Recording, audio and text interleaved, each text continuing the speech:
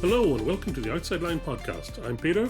And I'm Emma. And we're here to talk about all the serious and silly aspects of Formula 1 and Formula E and other motorsports.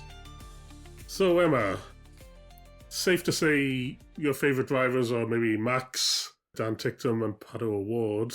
Yeah. Not a great weekend, maybe. Highs and lows. Like a yeah. terrible roller coaster that I just wanted to get off at all times. Yeah. Not the best weekend to be a fan of those drivers. Yeah, I'd say it was pretty painful at times. So I think we should start with the Nurburgring and the 24 hours of the Nordschleife. Mm-hmm. I didn't watch any of it, unfortunately. I watched some of it. Not a whole lot, but some. And mostly at night. So there wasn't really much to see because it was just dark. But the bits that I did see were very good. Yeah, I would check in every so often, and Max seemed to be doing pretty well. Yeah, so I was watching it. I had a friend who knows quite a lot about it. He was telling me what to look for. And he said it's very interesting that the gap between the first two cars was about a second, like you get in normal racing, because normally it's about a minute. So the fact that he was sort of swapping between first and second, and then everyone else was like 2 minutes behind. Yeah, it was the two Mercedes that seemed to be better than everybody else. And then, there was some battle between Marco Engel and Max that looked a bit feisty at times. That looked fun. Yeah, there was a moment where Max nearly went to a wall that was very scary. Yes, I saw some clip of the drivers in front of him. One of them just spears off into the wall in front of him, and he has to get out of the way. But they ended up with a pretty big lead in the end. I don't know exactly how it happened, but they managed to get about 20 seconds or something on the other Mercedes, and it was all looking good until about 3 hours to go. Yeah. And it turned out Max had driven the car too hard and had messed it up. That's mean. You can't say that. Some sort of technical issue that... It was to do with the drive shaft, I think. Just gave up. Some other thing was a problem, which led to more problems, which led to the drive shaft being broken, and took them hours to fix it. And that is the problem with endurance racing, is that if your car isn't good enough to make it to the end of the race, then there's no point in being at the front. Yep, it happens. It happens. It's, especially in a 24-hour race, it's really attritional. But, Max, I think he he probably had fun. He's probably sad he didn't win, but I think he kind of showed everybody, right, that in a real race he can do it. So he can get in basically any car and do it, not like some other people who claim that they can. So hopefully he'll be back next year, depending on the schedule. So that'll be fun. It was actually, the race was won then by the other Mercedes. So Marco Engel, Lucas Saltz, Fabian Schiller, and Maxime Martin. Yes. In that category. I didn't look at any of the other categories. But that's the fast one, SP9. So will we move to Formula E then? Oh, do we have to? It's been painful. So 2 races in Monaco. Yep. Let's start with the first race. I missed the Quali. Okay. But I saw Dan Ticktum on pole. Oh, yes. So, So I think one of the reasons why he was because Edo Mortara didn't get out for qualifying because he had some issues. Neither did Zane Maloney, but I don't think he was going to be bothering anyone at the top anyway. So, and it came down to Dan versus Nick de Vries. So... yeah, I said it's some kind of monkey's paw shit, I want Dan to be on pole, and the monkey's paw says, yes, but Nick de Vries will be next to him. So yeah, we could have a repeat of, was it the first race where, or was it Brazil? Brazil that de Vries took him out in the first corner. So yes, but he never makes mistakes at work. I thought it was funny that, let's getting ahead of ourselves a little bit. Let's just say it didn't work out too well for Dan. But last week, there was a lot of chat, or 2 weeks ago, there was a lot of chat that qualifying is essentially meaningless in Formula E at the moment. Yeah. But they said, Monaco, it might be important. It's not as important as it is in F1. Yeah. But it's slightly more important than qualifying any other race. I guess that's the way to say it, but I think it still didn't... It doesn't really make play a difference. out. The other thing I saw was that there was a lot of F1 drivers. Mm-hmm. I guess it's they were just hanging out at home, and so well, yeah, they thought they'd wandered on. Well, apparently Lando watched the first race from his house, yeah. and then the next day decided to have a little wander down and see what it's all about. Yeah. Which I guess if you're Lando Norris, you can do that because you're the F1 champion. Yeah, but Nico Hülkenberg was there. Saw Gabby Bortoletto. Saw who else was there? Loads of people. Sainz was there, Behrman. Christian Horner reared his little slimy head. Yeah, I wanted to... I mean, why was he there? Why was because he is desperate to get a job. Right. Well, I don't want him anywhere near Formula E, so... I don't want him near Formula E, but I don't think he knows anything about Formula E, so... Yeah, I guess it was just to keep his name out there, Yeah, he just publicity wants his face there. Because there were stories this week that he was going to take over MotoGP or something, so... Yeah, well, there's still stories of that, but... Right, let's get on to the race itself. It's a pit boost race, so they have to do the pit stop for energy, and you only get 1 6-minute attack mode. Yep. Clean start. Ticktum keeps the lead, pretty good, but everyone's going at a pretty slow pace. We're not getting like the full-out racing we saw in some other pit boost races. Yeah, which is a shame. Dan is pretty much backing the pack up a little bit. Yeah, so it's really compressed, which I think leads to, pretty early there's a crash between Dennis and Cassidy. Yeah. That brings out the safety car. They said that Dennis had an unusual outside line, which... thought that was your job. Yeah, but so what happened here? Maybe, I don't know, do you want to explain it? I'm sure you have an interesting take on it. It's on the run down to turn 10, just out the tunnel, and I'm pretty sure there are not 3 cars involved. There's quite a few cars, there's a lot of cars around that kind of forces Nick Cassidy over a little bit more. However, Jake is going for a gap. Yeah. He's channeling his inner Senna, and it doesn't really work out. Yes, exactly. So I think they both, Cassidy and Dennis, come in too fast. That the car's all compressed up. So first, Dennis comes in too fast. He has to avoid crashing into the back of Cassidy. So he moves to the right, and also maybe he thinks he can overtake as well. Yeah. But then Cassidy has the same thing, that he's about to hit the back of somebody. So he moves over to the right, but Dennis is already there. So he squashes Dennis into the wall. Yeah. Ends up getting himself a 10-second penalty, which in the commentary... Yeah, David Coulthard... Karun and David Coulthard both disagreed, I think. They said racing incident. David Coulthard said, anyone who's ever watched racing before knows that should be no further action. Well, I think he said anyone who's driven, so I guess maybe it's a shot at the stewards, not actually being racers. But basically, and then when it came through as 10-second penalty, I think he had to bite his tongue. So as he said, Dennis was going for an overtake, so I think it is just a racing incident that you see in Formula E because Ticktum has to go so slow to save energy because he's leading the race. They're all compressed, they're all in a line, so it does happen. Yeah, and I think that turn 10 comes up a bit closer than you expect, especially because you're going faster through the tunnel, or it feels like it is because it's a straight. I think it comes up a bit faster than they were expecting, and obviously being all backed up, it's put him off a bit. But he gets a 10-second penalty for causing a collision. Yep. Yeah, which is standard, by the way. Just want to put that out there. Just want to put that out there, that all the other causing a collision penalties were 10 seconds. Yes. Yeah. We'll come to this later. Okay, so lap 10, I noticed Ticktum was already down on energy, so it's a bit odd that he's decided to lead the race for so long. Anyway, we think Cupra Kiro know what they're doing. I've never thought that in my life. Yeah. Karun described him as incredibly calm when he was on the radio, which is terrible foreshadowing. It's very bad foreshadowing. But also Karun's surprised that he is calm at any point. Lap 13, Verline gets a hit by Muller, gets a puncture. Yeah, so apparently there's a curse, a Porsche curse around Monaco, so that was that in action, I think. Yeah, I believe that. Ollie Rowland also got a puncture for some reason. Yes, then we come to the pit boosts. And again, do we think Cupra Kiro know what they're doing? No.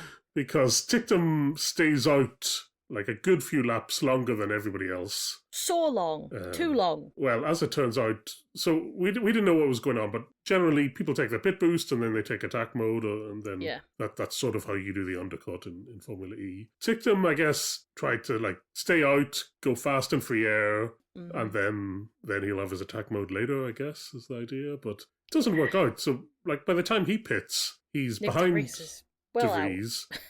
And then Nick Evans is right behind him with attack mode, so he gets passed by Evans pretty quickly. And then Da Costa as well took his attack mode very early, I think, and he ends up getting past as well and gets into the lead. But then they swap back, both De Vries and Evans overtake Da Costa. Da Costa does not make it easy for Evans, even though they're teammates on paper. Allegedly teammates.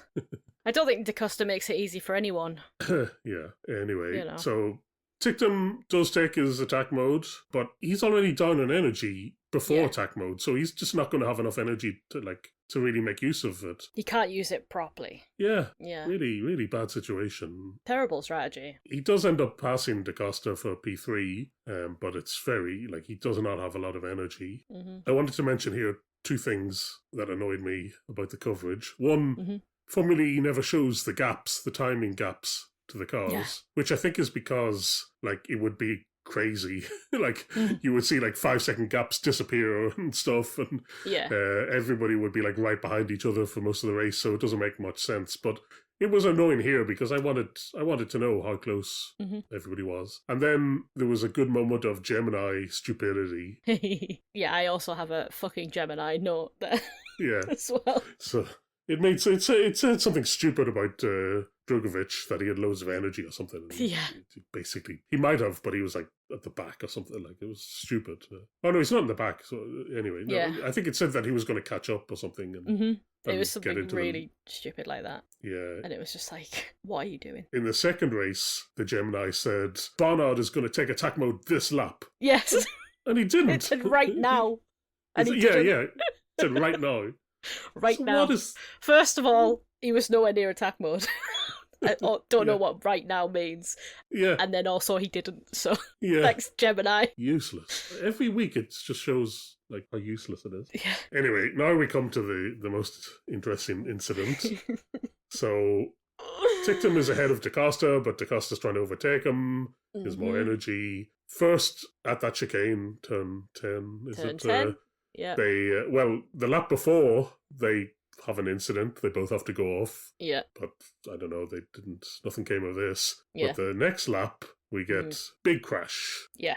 Ticktum puts him into the wall. And then allegedly comes on the radio and then says, "What have we just done?" As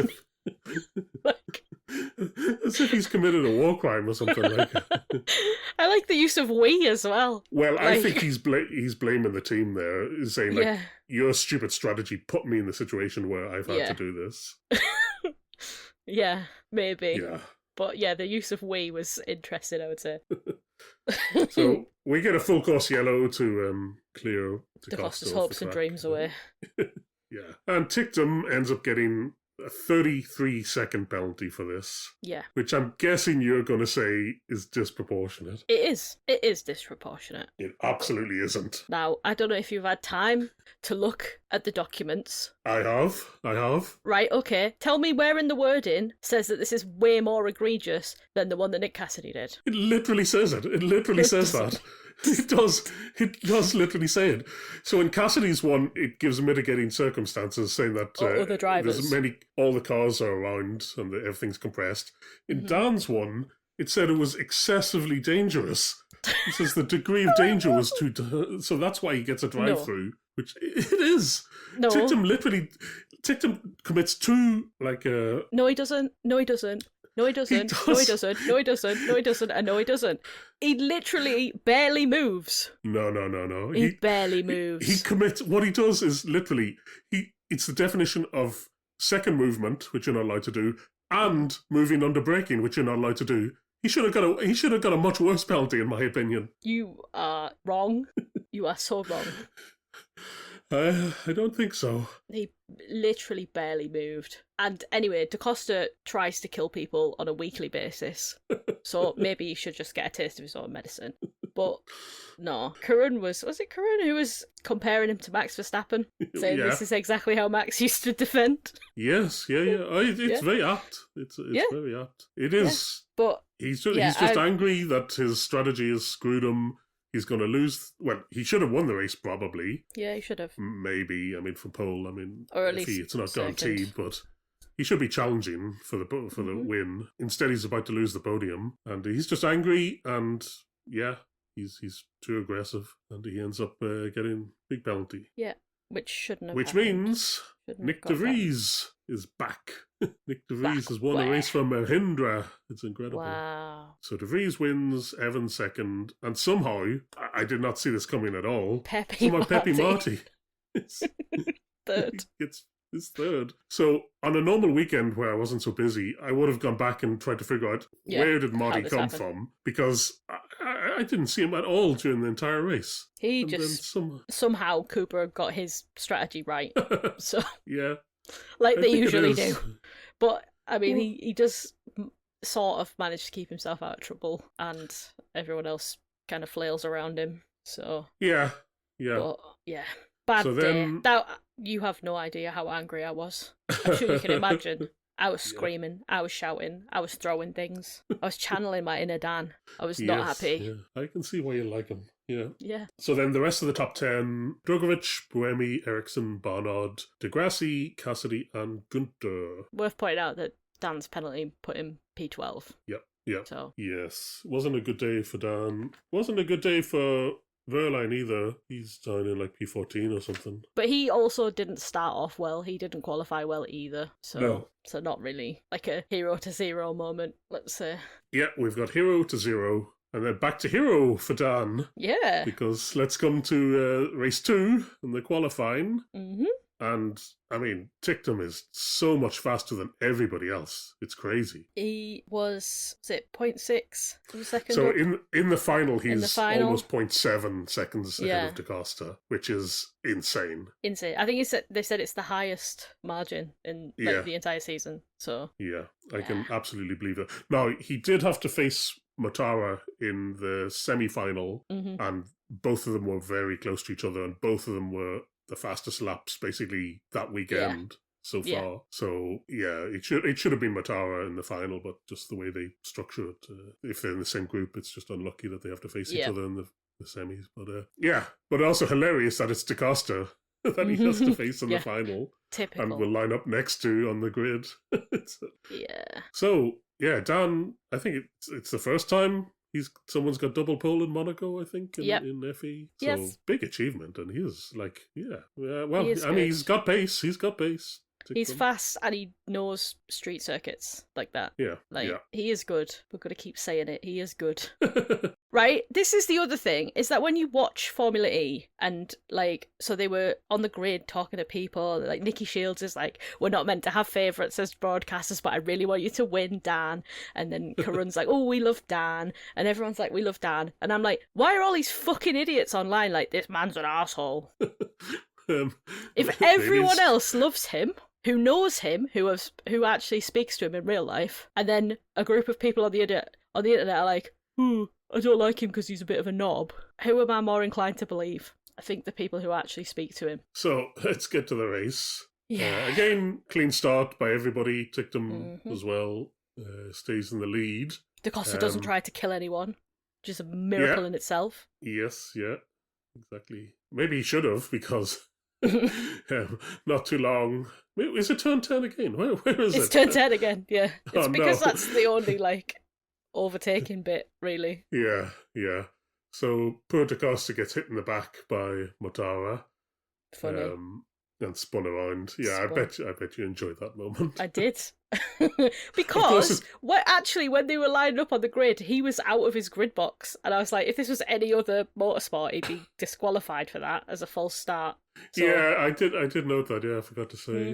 Yeah. I don't know. He was fully out of it. He was fully out of the grid box. It's just cheating, essentially. Yeah, I mean, he must have been just in it. Yeah. The reason he got hit was really Dan's fault. Was it? Because he was holding everyone up again. Start. Well, he goes slow through the chicane, and so Yeah. Because it's a chicane, you're actually meant to slow down to go through, because if you don't, you kind of end up going through them. Do you remember George Russell when he deliberately went through the chicane? Yeah. So Matara and Jev are fighting, and Matara just gets it wrong, goes in too quick and hits the back of DaCosta, spins him around. It was funny. Now, around this time, so Ticktum, he's got the clean start, he's avoided any drama in the opening lap or two. Then he drops back a few places. Yes. And I thought, Cupra Kiro, they're learning. They're learning. They figured out strategy. Yes. Well, we'll see. Not quite. So, the other thing to mention is Muller takes a very early attack mode. He's like way down and basically makes his way into the front, which is lucky because nobody actually wants to lead. So at one point, Matara, he takes over the lead from Dan, but then he's going too fast, and they come on the radio and say, you have to massively save now. Massively save, yeah. They don't say save. What do they say? Underconsume or something. Underconsume, yeah, that's the... Yeah, so nobody actually wants to lead the race, so luckily Muller gets up there for some reason. We also saw Nato hit by Barnard, got a 10-second penalty. Poor Taylor just had a terrible day. Yeah. Well, it's going to get worse later, didn't it? Yeah, it just gets worse and worse. There was a funny bit of radio chat here. I didn't know who it was for, but basically the race engineer came on the radio and said, just follow the beeps. Just follow the beeps. I think it was for Norman Nato. Was it Nato? Nato was asking some questions then, like, should I do this? Should I do this? Should I do this? And they're like, shut up and follow the beeps, Follow the beeps. Yeah, that's your job. The driver's mostly ballast. They were trying to, in the commentary booth, like, what does follow the beeps mean? And Karun had no idea. Karun was like, I don't know. What do you mean follow the beeps? Really? I assume that it's something to do with this mode that they've got. So no one actually knows what follow the beeps means, apart from whoever the message was for. That's surprising, because I'm sure they explained it one week. I think, did they interview, I think it might have been Dan even, who said, like, basically, like the beeps tell you when to like lift and coast and stuff, and tell you when to harvest energy. It's like you could put like anybody in the car and they do okay if they just followed the beeps. So yeah. Oh, just follow the beeps. But it does seem that I guess Nato's race engineer was like no respect for him, which maybe is correct. Right then. So it's not a pit boost race, so they do have two attack modes. Around lap 14 or so, lap 13, we do get to see most people take the attack mode. But Ticktum, he's basically, he waited too long to take his attack mode, I think. He's done in like P9, and Barnard is ahead of him with 2 minutes of attack mode left. So Ticktum, he's only going to have like a small advantage. Like it's at this point I was like, oh, right, Cupra Kiro, they haven't learned anything. It's just typical Cupra Kiro disaster class in strategy, honestly. Every single race is how can the team fuck this up. Yeah. I'm not afraid to say it, Dan, it's okay. I'll say it for you, because I know that you want a job, but I'll slag them off. Yeah. So, Cupra Kiro doesn't get any better for them, because then Marty, he maybe it's all gone to his head from yesterday, but he tries to overtake Cassidy and they both end up in the wall. And gets a very sarcastic clap from Nick. Yeah, that was funny. Oh, he's just a rookie. Well, Barnard's not a rookie, and he makes almost the same mistake. Yeah. Not at the same corner, but at not at what's that corner? Something Noakes. Anthony Noakes. Anthony Noakes. No. Yeah, Barnard. He's trying to overtake somebody, and he screws it up, it's barging past. Yeah, it gets.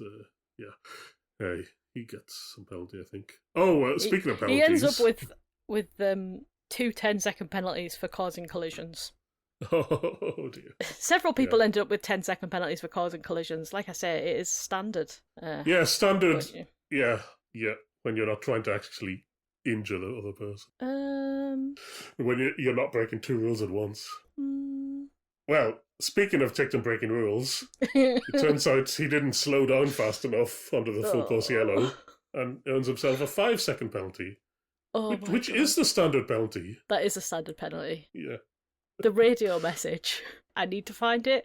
I need the audio of it. Because that is the exact where he says, "Of course we did," and he gets really mad. Yeah. That's the exact noise and timbre and sentiment that I also said when he got told about the penalty. So, Yeah, that one's on him, I think. Yes, yeah. Just didn't slow down fast enough, but that radio message was. But I mean, he's already frustrated because they've screwed his race again. It seems. Yeah. Although. Well, we'll come to it at the end. So somehow his arch nemesis this weekend, DaCosta's in the lead at this point. No idea. But no idea how. Well, Jaguar being good at strategy, probably. Yeah, and also the Jaguars seem pretty good at energy management. But Ollie Rowland is the one who's looking the best on energy.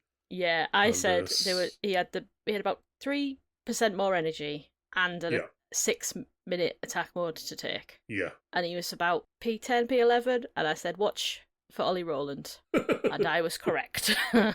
So, Rowland does make use of all that extra energy and does get himself into the lead. Yep. And does win the race. Wins the race. He's back. He's back as well. Yeah. So, he's the other one who had a bad start and then... Yeah. And surprisingly, second place, Drukovic. Yeah. Again, didn't see him. How did he get there? But I guess he was good all weekend, right? The top 10 because he got into the duels. So yeah. He started off pretty strongly. So I think they just did good strategy to Andretti. So yes, and there was no pit stop for them to screw up. Yeah. And in third place, DaCosta. Great. Even after being spun out. Yeah, again, one of those ones. Where did he come from? Like, how did he get back? But spite, that's where he came from. I think it is the Jaguars really must be good on energy because Evans is in P4. So, I think that must be the difference. So even though Cupra Kiro, they have, a good powertrain, one of the better ones, they're not as used to dealing with a good powertrain, I think. That they just don't know how to use it and just don't be able to save energy as well as the bigger team. Yeah. Yeah, then after Evans, Mortara, Muller, Ericsson, De Vries, and get this, Degrassi and Maloney. Insane. Double points for Lola. Wow. Double points for Lola. Yeah, that might be the most surprising thing. Degrassi finally got some points. Both races, yeah. Yeah. Good. It's his last season, right? So he's not gonna leave empty-handed. So who else to talk about? Right, well, Evans leads the drivers now because he came P2 and P4, so good, consistent. Yeah. But then Rowland has got himself back in contention. So basically, last weekend in Berlin, he was P3, P2, and this weekend he gets the P1. Yeah. So he's really back in there. I mean, he's 19 points behind Evans, but So we might actually get to see a defense of this title. That'd be nice. That would be good. And then Matara is in P3 there, and then Verline, who had a terrible weekend, as we talked about, he's in P4, but he's fallen behind all those other ones. So surprising for him because he's normally very consistent. Yeah, I guess I do think they've bought into this. There's a curse at Monaco, and they've just self-fulfilling prophecy. So. It's got in the heads of Porsche. Great, so that's Formula E. Let's move on to the qualifying for the Indy500. Yay! Now, I was glad it got moved because it meant I was able to watch it, but I don't know why it was moved. The only reason why anything gets moved, rain. Rain, yeah, it just rained. It rained and rained and rained and rained and did not stop. So they had to move it, which I wasn't too happy about. Yeah. Because that meant that everyone only got one go. So they would get to do the little shootout bit where they're like, oh, do you want to wipe your time off and try again? Everyone just got one go, which was a bit shit. I didn't watch any practice either. Wow. I know. I've been too busy to watch car go round and round and round and listen to Will Buxton. So, So I didn't know who was good, who was looking good, who was not looking good until I turned Quali on. and I'd already missed the first 3 runs. Yeah, so did I think. I think it started earlier than it was supposed to. It started earlier than it was meant to. So. Yeah. Yeah. Thanks, Fox. And also, I mean, the order they go out, like normally when they're doing ovals, they go out one by one, but it's in the reverse order of the championship. Yes. Here, I think it's just a lottery, right? So it's a lottery, but the only thing I can say is that Scott Dixon's son picked him out first. So they had his son went to pick out. I don't know if it was to pick out what number. Like it was Scott went up to pick out what number he was going to start, and young Kit picked number 1. So there you go. So Scott Dixon got to go out first. Yeah, which is apparently the best place to go out, and last, near the end is the worst. Yes. So yeah, I think that's sort of how it played out. It's just random. Also, I mean, in the practice sessions, sometimes they run the car in quali trim and sometimes in race trim, and and they have so it doesn't I think they interviewed Kirkwood and he was like, well, it seemed pretty fast in race trim, but in quali trim it was just bad. So yeah, some weird mix of people. Like a lot of the big teams didn't do that well. Yeah. Well, Andretti is what I'm thinking. Yeah. But also some of the Penske's didn't do that great, and yeah. The McLaren and the McLarens. None of the McLarens look good at all. Yeah. So what we had was, I said, well, Scotty Mack, he was one of the early people out and was like the early time to beat. Mm-hmm. And then somehow Felix Rosenqvist was really fast. Oh my God. I don't know where he came from. Yeah, it's odd. I don't even think of him as an oval guy, but I guess he's just good. Mm-hmm. Connor Daly, back for one race.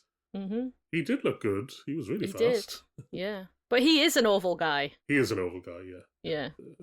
As you said, the McLarens didn't look that good, and Patricio Award, he could get it into P8 from where he was, but that's going to be like on the bubble. He might get pushed out because the top 12 get through to the next round of quali. Yeah. So yeah, he's having to watch to see if he gets knocked out. And they interviewed him and he said it was shit. It was shit, yeah. It was funny because he does pretty well later, so maybe they fixed something. But yeah, one of the surprises was the AJ Foyt cars. Mm-hmm. Ferrucci, he's known to be good on ovals. He's an oval guy too. And especially the Indy 500. Yeah. He was P10, but his teammate Colette, rookie, P7. Yeah. I said that rookies have no fear though. Like look at Rob Schwartzman last year. Exactly. They just go in and they just go for it and they don't really know that it should be scary. That's what they said in commentary, that he doesn't know what he doesn't know. Yeah, exactly. But yeah, very good for him. And then Alex Blow, who's one of the last to go out, he just scrapes into the top 12. Yeah. So yeah, that was exciting. Imagine he won it last year and so he just scrapes through, but it's things are about to change. Yeah. Because we get to the top 12 and I think some of those guys who went out early, they didn't do so well in the same track conditions because Daly, McLaughlin, Colette, VK, they all got dumped out. Yeah. Anyway, we get to the Fast Six and they go out in the reverse order and Felix Rosenqvist is the last to go out and fails to deliver. Fumbled it. Absolutely fumbled it. So, so that damned Spaniard. It's Alex Below. It's Alex Below on unbelievable. pole. Again. He's back. You just can't stop him. It's just unreal. That meme. You remember the meme that used to be like all over Formula Dank and stuff with Max saying, ha ha ha, you thought it would be different this time. It's just Alex Below this time. Yeah. Yeah. Unbelievable. Anyway. So he's supposed to be not good at ovals. Yeah. He's supposed to have a weakness. He got the software upgrade last year that makes him good at ovals. So your front row for the Indy 500 is below Rossi and Malukas. Yeah. Wow. Yeah, Rossi, big surprise, I would say. Yeah. I'm starting to doubt it, even though it's written in front of me. But it is, yeah. And Lil Dave as well. That would be a good way to become Big Dave, to win the 500. That'd be good. He nearly did last year, so... It's true, yeah. Then behind them, you got Rosenqvist, Fucci, and Award. Is your top 6. And just to say that Colette and Jack Harvey got their times deleted because they used the wrong tape. Something like that, yeah. So, but there's no bump day this year, so it doesn't matter. No bumping, no seeing Graham Rahal cry. Yeah. How did Rahal do? I think he P25 or something. 28. Yeah. Oh. Good. Catherine Legg, P26. Yeah, good. Also Catherine Legg attempting the double. That's true, yeah. In what is the other race? Some NASCAR thing. It's NASCAR. Is it Charlotte? 600. Coca-Cola 600. Oh, yes. Okay. Yeah. So she'll be praying that the rain stays off. Yeah. Praying that she doesn't crash into Stingray Rob like Kyle did. And then finishing the Indy500, getting in a helicopter and going to Charlotte and getting in a NASCAR. Cool. So, yeah. I mean, her doing it is less annoying than Kyle Larson doing it, so. Yeah. Well, I don't know what her opinions on certain subjects are, but I'm sure they're not as bad as Larson. I don't think she's ever knowingly said it, like, on camera a slur. Let's say. Yeah. It's a low bar, but it's a very low bar. But you know what? Some racing drivers fail to clear it. So great. So let's well, that sets it up nicely for the Indy500 next week. I mean, the quali doesn't really matter that much, right? No, it's just prestige, really. But terrible omen to have below. Yeah, but yeah, He'll win by like 20 plus laps or something. Like he'll just lap everyone 20 times, and that'll be it. And it'll be like, what's the point in this guy anymore? Just remove him from the sport. Well, get him into F1. Make it fun again. I hear Haas might have an opening soon. I heard that too. No, apparently it's not get true. him into F1 and humble him. Okay, let's finish on our usual features. So, I sort of alluded to it at the start of the podcast, but was it a waste of time for you this weekend? Yes. Oh, wow. All that racing, and it was... all that racing, and it was a complete waste of time. That's sad. Well, I enjoyed the Formula E races. They were pretty good. Races, they were pretty good, but for personal reasons, they were not good. Yeah. And then, driver of the day. Who could this be? Who could this be? It's Dan Ticktum. Dan Ticktum. He's always the driver of the day. Okay. Well, just to annoy you, I'll go for Pepe Marti. Okay. the true leader of Cupra Kiro. Wrong. The true leader of Cupra Kiro is actually Idris Elba. Yeah. With his face on the side of the car. He must have fuck all to do every weekend. Yeah. To be there all the time. Maybe. But he must see it, right? Like, they're all celebrating Dan getting pole, and he must see that they've screwed the strategy up, right? I mean, he can't be happy, can he? It's not really his place to say, is it? Well, he's an actor. I know, one of the bigger investors, right? It's his money in there, so... Yeah, but he's an actor. Yeah. But, you can still have an opinion. You can have an opinion. I know I can have an opinion. Yeah. I do, frequently. Yeah. But I don't know, like, what is he meant to do about it, though? Like, threaten to pull his money out? Yeah, there must be some, like, board of investors, and they must be like, fix this. You need to let Dan win. Right. What can he do? Yeah. Yeah. I'd be embarrassed to turn up, to be honest. I think he literally just turns up to get his picture taken in front of the car. And that's it. But he could go hide somewhere, he could... I don't think there's any interest. Do you know what I mean? Well, I mean, more I'm than the other I'm owners. just really cynical when celebrities get involved, so... Yeah. Well, I'm hesitant to ask, but do we have an Emma's Attack mode this week? Well, we have briefly covered it, but I think for the second time this season, it's going to be the shit stewarding in Formula E and the... Okay. It just doesn't make any fucking sense. Like, every single other causing a collision was 10 seconds. So why was that one 33? I already told you to read the document. It says why. I did read the fucking document. I also drank a lot of alcohol when I was reading the document. I was very angry. Well, it's not my fault they didn't fucking put it up in a timely manner. Oh yeah, Formula's terrible for that. Took really fucking ages. They had everything else was up apart from that one. Yeah. Like, come on. I thought they were trying to hide it. That was my conspiracy. I thought they were trying to hide it from me because they knew. Well, my attack mode is the lack of the timing intervals. Yeah. Just bad. And well, time. Google Gemini goes without saying. Every week, useless.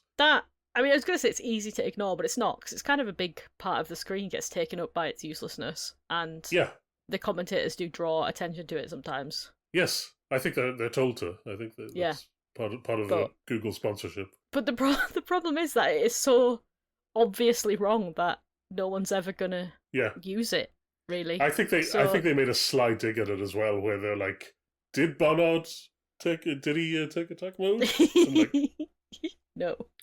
They sort of reference it again, yeah. Anyway, I think it was like 3 laps until he took attack mode as well, so well done, Gemini. You're really good at your job. Fire that robot. Yeah, great. Next week we've got Formula Canada. 1, Formula 2, and Formula Academy in Canada, yes. And the Indy 500. The 110th running of the Indy 500. You're right, yes. Yes, it's going to be won by Alex Palou. Ooh. Oh, yeah, should we pick a winner? Yeah. Oh, that's not my actual guess, by the way. Oh, yeah? Okay, what's your guess? My actual guess is going to be Lil Dave. Oh, I was thinking of going Little Dave. Ha! Oh, I'll go Rosenqvist then. Okay. Be crazy. Yeah. Oh, no, Connor Daly. Go for it. Yeah, why not? Why not? Why not? Great. So thank you for listening. If you have any questions or comments, our email address is theoutsidelinepod@gmail.com. We are also on Blue Sky at The Outside Line Pod. Otherwise, we'll see you next week. Bye. Bye.